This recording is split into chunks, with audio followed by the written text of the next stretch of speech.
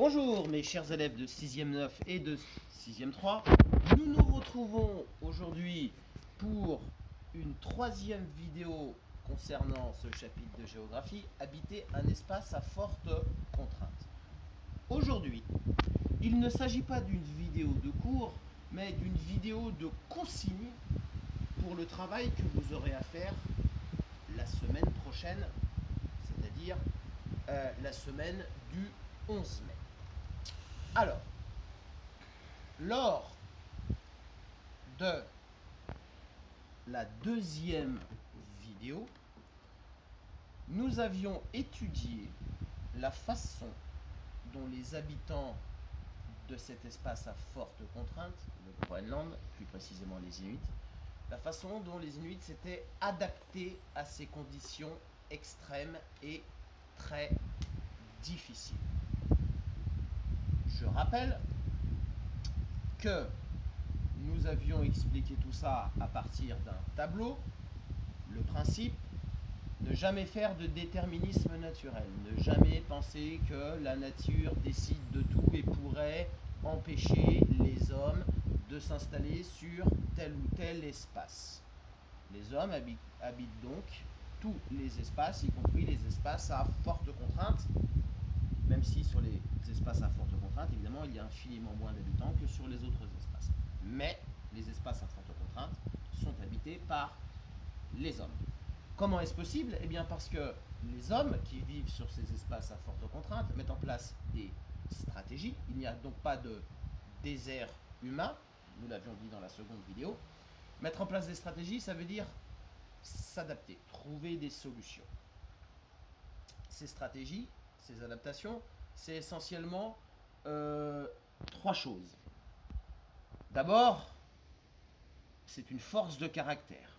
Pour habiter ces espaces à forte contrainte, il faut faire preuve évidemment d'effort, de persévérance, de robustesse. Et les hommes qui vivent sur ces espaces à forte contrainte ont cette force de caractère parce qu'en fait, ils sont très attachés à ces espaces, même s'ils sont difficiles. S'adapter, c'est également mettre en place un certain nombre d'aménagements simples, traditionnels, ou bien de haute technologie, très coûteux. Et en fait, s'adapter, c'est surtout utiliser toutes les possibilités, toutes les potentialités de ces espaces. Parce que ces espaces, nous l'avions dit, même s'ils sont très difficiles, ils possèdent tous des possibilités. Et c'est en utilisant ces possibilités, même si elles sont petites, eh bien c'est en utilisant ces possibilités que les hommes arrivent à vivre sur ces espaces à forte contrainte. Nous l'avions vu pour les Inuits au Groenland. Pour la semaine du 11 mai, je vais vous demander de m'expliquer les stratégies mises en œuvre par les habitants de l'espace numéro 2 et de l'espace numéro 3. Nous allons laisser l'espace numéro 5 et l'espace numéro 4.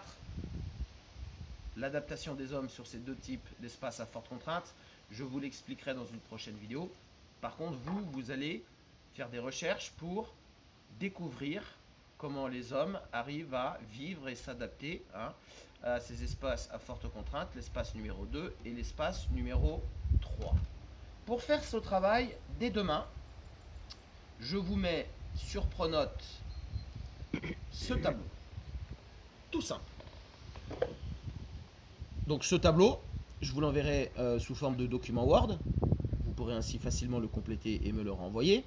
Ou bien vous le recopiez sur une feuille, vous le prenez en photo, vous me l'envoyez, bref, vous faites comme vous voulez. Donc, dans ce tableau, d'abord, il faudra mettre le nom de l'espace étudié et sa localisation. Où est-ce qu'il se situe? Donc, l'espace numéro 2, vous mettrez son nom et où est-ce qu'il est situé. Vous rappellerez les contraintes naturelles de cet espace. Je rappelle, les contraintes naturelles, on les a vues ensemble lors de la première vidéo de ce chapitre. Vous indiquerez le nom des habitants de cet espace.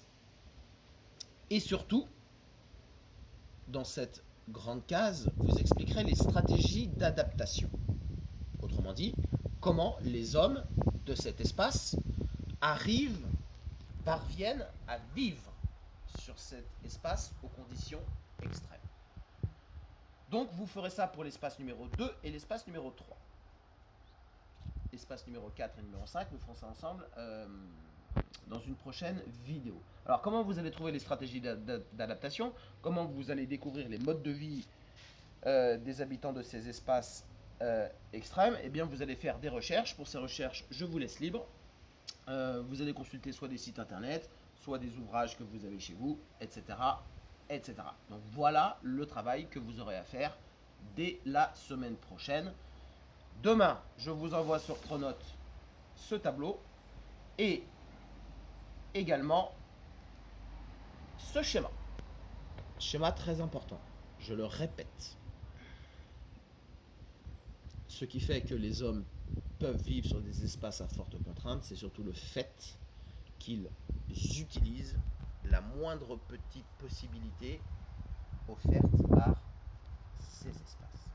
Mes chers élèves de 6e 9 et 6e 3, je vous souhaite un bon dimanche. Prenez soin de vous et prenez soin de vos proches.